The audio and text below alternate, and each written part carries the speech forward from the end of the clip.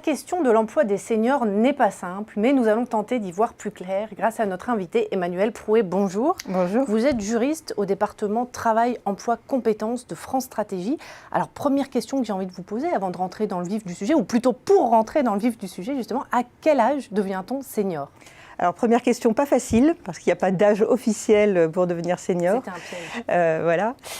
En fait, tout dépend un peu du sujet qu'on va regarder. La tranche d'âge la plus pertinente à regarder va varier un peu, mais en général, dans les statistiques officielles en France et à l'étranger, on regarde une tranche d'âge qui va de 55 ans à 64 ans. D'accord. Et alors, où est-ce qu'on en est en France au niveau de l'emploi des seniors par rapport à la moyenne européenne ? Alors justement, sur cette tranche d'âge, on a beaucoup progressé depuis le début des années 2000 et en particulier depuis 10 ans.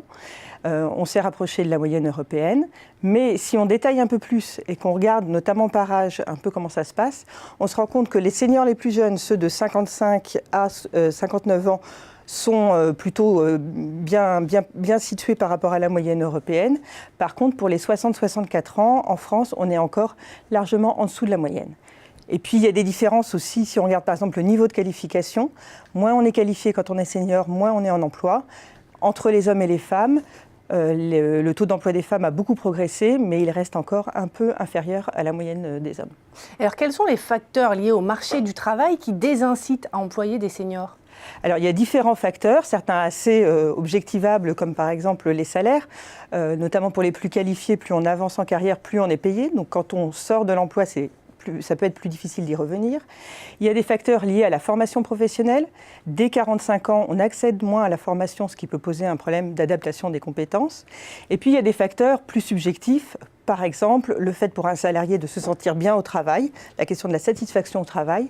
Et du côté de l'employeur, des questions liées plutôt aux stéréotypes négatifs qui peuvent être associés à l'âge et parfois même des phénomènes de discrimination. Donc, il y a des facteurs qui limitent le maintien dans l'emploi et surtout qui expliquent qu'on ait un chômage des seniors assez faible par rapport aux autres, mais un chômage de longue durée plus important. Quand on est senior au chômage, c'est très difficile d'en sortir. Et alors, est-ce qu'il y a d'autres facteurs qui peuvent influer comme ça sur la cessation d'activité ? Oui, alors il y a des facteurs personnels, par exemple. On constate dans les études que le fait que son conjoint parte à la retraite, ça a un impact pour l'autre personne, notamment quand c'est une femme, sur son âge de départ à la retraite. Et puis, par exemple, les femmes aussi sont souvent impactées par le fait de devoir prendre en charge un proche, un parent âgé, par exemple, qui a des problèmes de santé.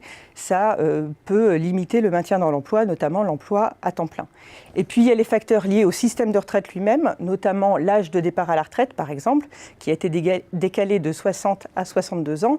Alors forcément, pour ceux qui sont en emploi, ça les incite à rester plus longtemps dans l'emploi, voire ça les oblige à rester plus longtemps dans l'emploi. Mais ça ne vaut que pour ceux qui sont encore en emploi à ce moment-là. Or, à 60 ans, il n'y a que 42% des seniors qui sont encore en emploi.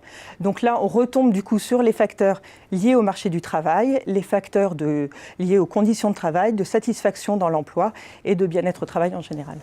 C'est donc une question complexe, on l'a bien compris, mais essentielle dans la perspective de la création d'un système universel de retraite. Merci beaucoup pour votre éclairage. Merci.